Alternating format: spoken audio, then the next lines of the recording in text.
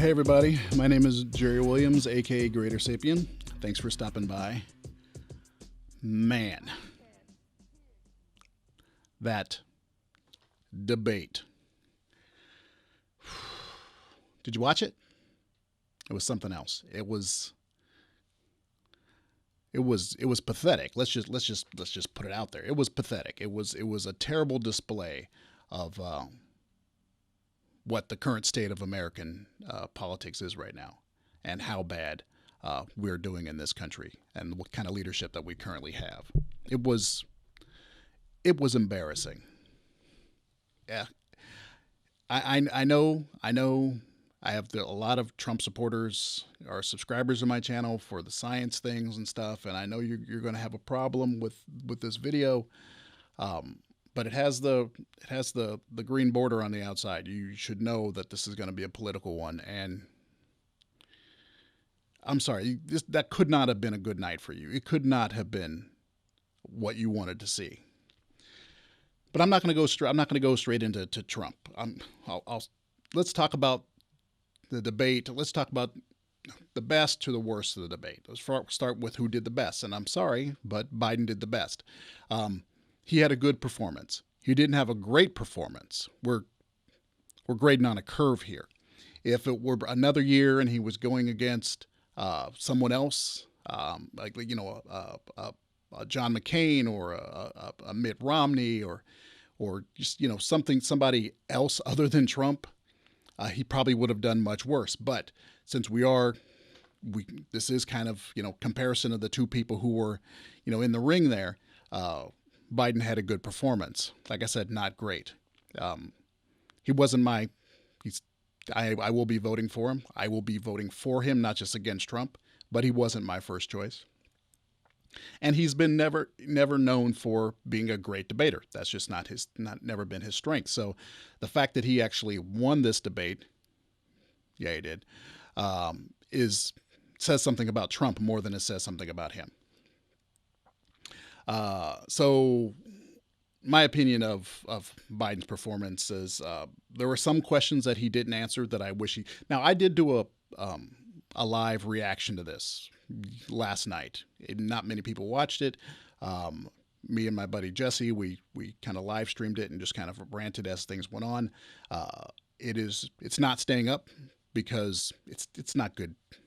It's not good content. It's just us there ranting, and you can't hear what's going on and stuff like that. So if you weren't there at the moment, that's the way it goes. But we did do a live reaction to it, and I even said it at the time. There were some questions that I wish Biden had answered. I understand that when you're in a debate like this, you don't answer everything. You hear the question and you figure out a way to answer it the way you want to answer it. But there are some questions I wish he would have answered at all, because like I said, they're politicians. That sometimes they don't even answer a question. Others I wish he would have answered differently, in the sense that sometimes he got a little too wonky, a little too wordy with his answers, which it's fine for someone like me for the most part, because I tend to be in the weeds on these kind of things, but not for the average Joe. They don't want to hear all the jargon. So some of his answers were a little too jargony. I think he took the bait a little too much, in that he allowed Trump to interrupt him a little too often, and then he would respond to him, and then he would get off the flow of the answer that he was given. I think Joe's best moments were when he was able to just have a narrative thread and just continue right on through, no matter what Trump was doing. When he turned to the camera and just explained what he was saying. But far too often, he took the bait. He would be saying something, trying to make a point, and Trump would interrupt. And so he would say, no, that's not true. And then he would try to go back, and then he'd say, no, it's not. He'd allow that back and forth to happen during his time. And he shouldn't have done that.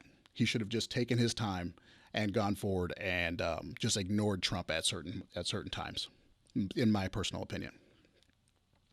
But the thing is that the Trump machine and the Fox News machine, and even some of you people here who come at me, you tried to paint Biden as this senile old man that can barely put two sentences together, and he needs help and this and that.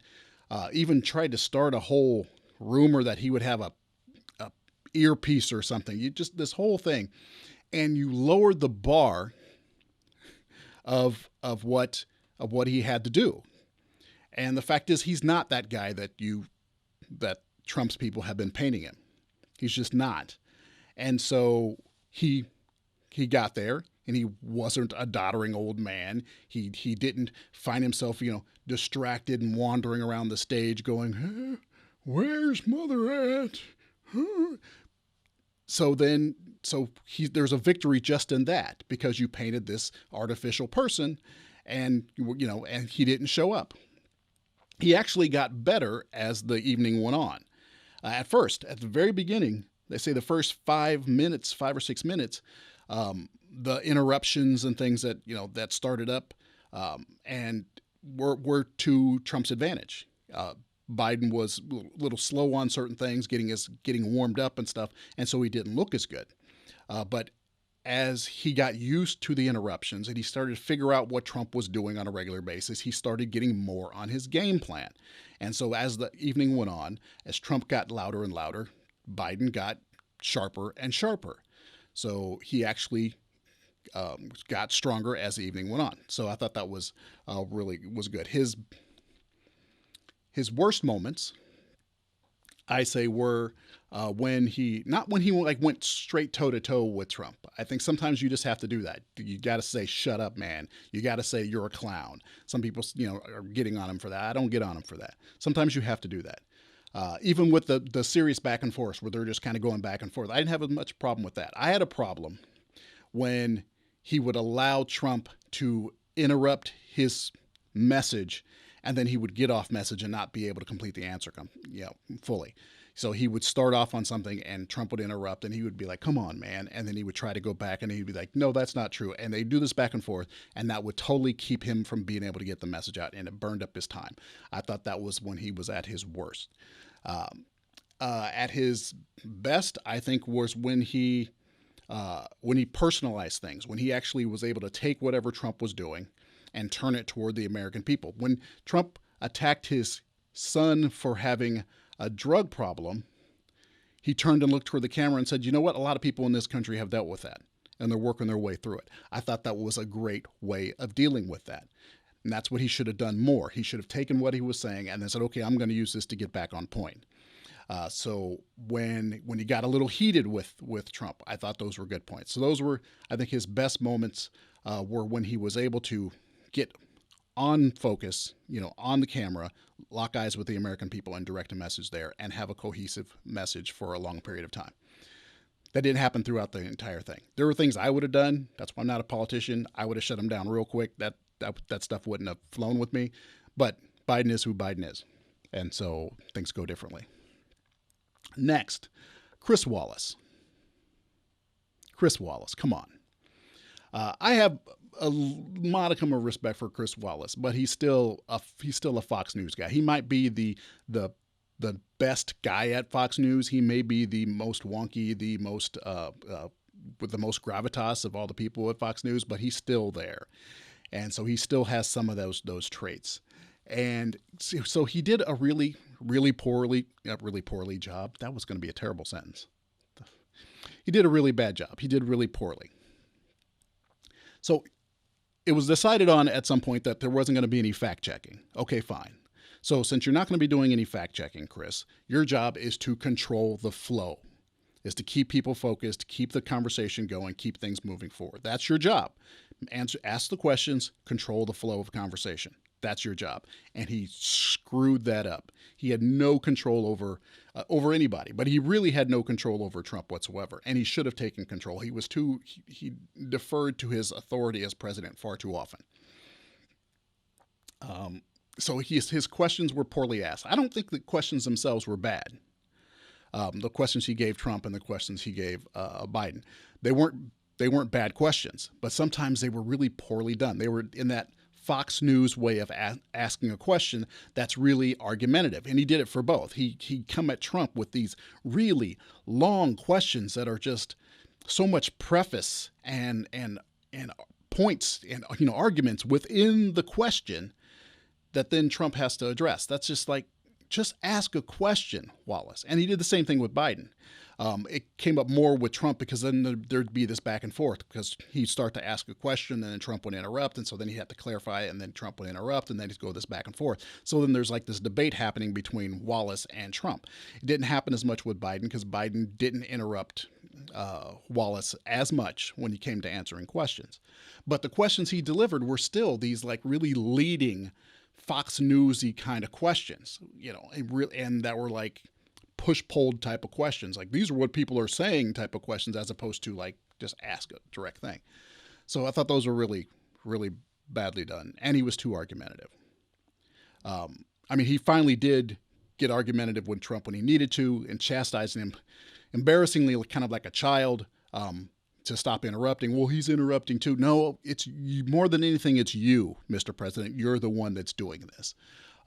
So he had to eventually just lay down that rule. And I'm glad it was a little too late, but he finally said, look, your campaign agreed to these rules. Obey them.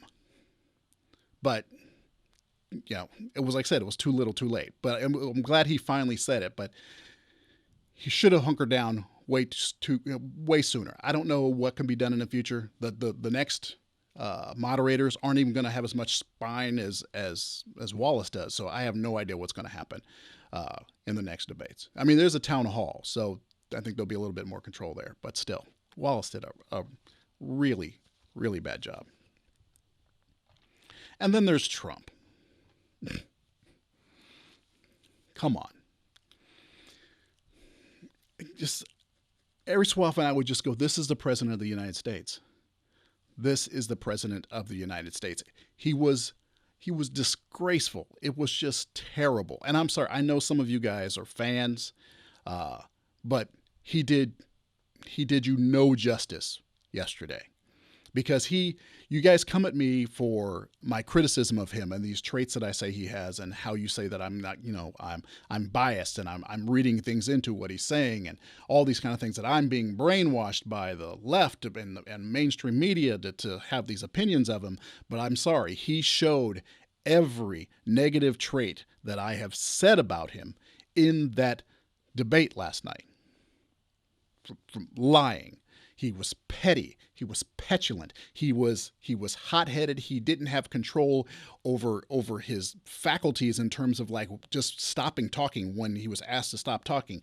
He was incredibly nasty and, like I said, lying and just belligerent. It was just so unpresidential that it was the worst performance in the history of all debate performances. It was just wretched. And I'm sorry, I don't know how any of you, I know you may be fans of it, but how you can say he did a good job. He did an incredibly poor job. He was himself.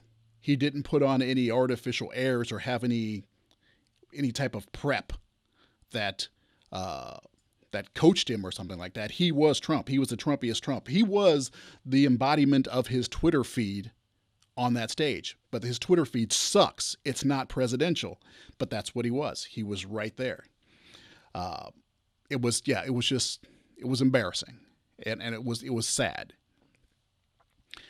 Like just for example, I think they were talking about COVID-19 response, and Biden said something about it's not going to get better unless Trump gets more organized and smarter about it or something like that. He gets a lot smarter or something like that. And so Trump decides to start talking about Biden's college record and how you don't get to talk about smart when you said you did this in college, and this petty, you don't get to talk about smart because you're stupid and you didn't do this in college and blah, blah, blah. What was that? And on my phone, what? Sorry about that. My phone rang again and disrupted everything. So had to restart again. Where did I leave off? So Trump was being petty and decided to attack Biden on smartness because Biden had brought up, that Trump needs to get more smart about it, and decided to attack him about his college records and all sorts of just petty BS. That's like, are you just juvenile? Are you like the junior high school level, just like pettiness? It was looked really, really bad. So next we had what was he talking about? Oh, we had then he showed complete inability to condemn white supremacy. Like I've said before, you've gotten on me for saying that he is trafficking in racism and pandering to races. But again, he was given a softball. I mean, it was just like a slow pitch, high arc softball, easy to knock out of the park about white supremacy, and he just couldn't do it. Now, his supporters are trying to say, no, no, no, he condemned white supremacy. I mean, look at what he said. But he didn't. And I'm going to play it for you here so you can just watch, and if you want to see the whole thing, go download the debate. Some of you are going to say, well, you're not playing the whole context. I can't play everything of this entire debate because that's just the way things work. But here's what he said. But are you willing tonight to condemn white supremacists and militia groups, sure, and to say that they need to stand down and not add to the violence in a number of these cities, as we saw in Kenosha and as we've seen in Portland? Sure, are you I'm prepared to specifically do it? Well, go ahead, sir. I would say almost everything I see is from the left wing, not from the right wing. So what are you saying? I'm willing to do anything. I want to see peace. Then do it, sir. Say it. Do it. Say it. Do you want to call him? What do you want to call him? Give me a name. Give me a white name. Supremacists and who would right you like me to condemn? White supremacists and right Proud Boys, stand back and stand by. But I'll tell you what. Somebody's got to do something about Antifa and the left, because this is not a right. So I'm sorry. Where in there did he actually condemn white supremacists and these militia groups? Now, he said he's willing to. He asked him if you're willing to do it tonight, and he says, "Oh, I'm willing." He's like, "Okay, well, you're gonna do it?" He said, "Well, I will," and so do it. And then he did that whole like, and who are we talking about? It's like, did he expect people to forget what the whole exchange was about? All of a sudden, he's like, "No, I'll do it. Yeah, sure, no problem, I'll do it." I'm sorry, what? It's like, come on, you know who we're talking about. We're talking about white supremacists. You didn't have to have a specific group. You just said white supremacists. You would have been fine, but he couldn't do it. He couldn't do it, and it's like I said, it's Chris Wallace's fault because everybody knows that Donald Trump can't turn down endorsements. He can't do it. If you like him, he likes you, and he's going to allow you to endorse. He's going to accept that endorsement. That's just the way he is.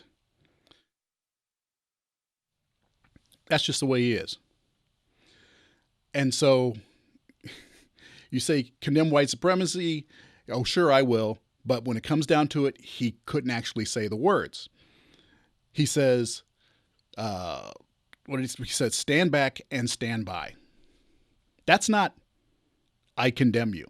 That's not, don't do this. Don't be what you're, no. He just said, stand back and stand by. Stand by? Oh, that means, okay, so there'll be some point that we'll be able to come in. Okay, so we'll just stand here. You want me to stand back? Okay, I'll stand back over here. You want me to stand by? Okay, I'm ready. Standing by. Standing by. Red 5, standing by. We're standing by. No. What he needs to say is, I don't want your support. If you're a white supremacist, I don't need you. That's what he needs to say.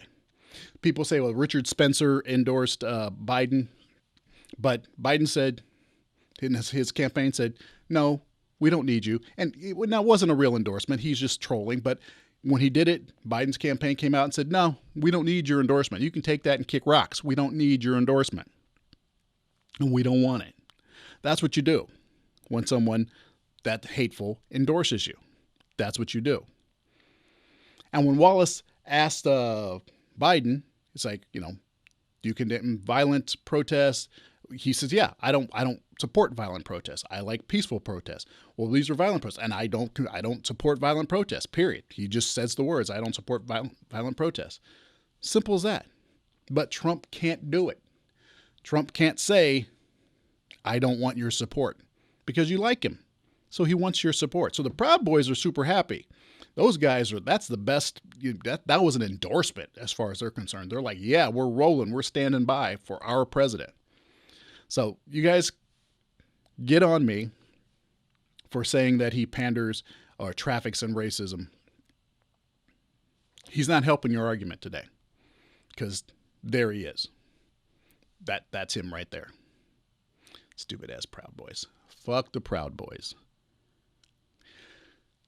Anyway, so the thing is, it didn't have to be this way. Trump actually had some good avenues of attack to go at Biden for. There are things that he's vulnerable about, and one is the 1994 crime bill. He started to go at Biden on that, which I thought was a good attack to do. I even have problems with things like that with the crime bill. So he started to go at him, but then he got his eye off the ball and started talking about, you called them super predators. You called black people super predators. And the thing is, Biden didn't. That was Hillary. Okay, so he allowed Biden to say, nope, that wasn't me.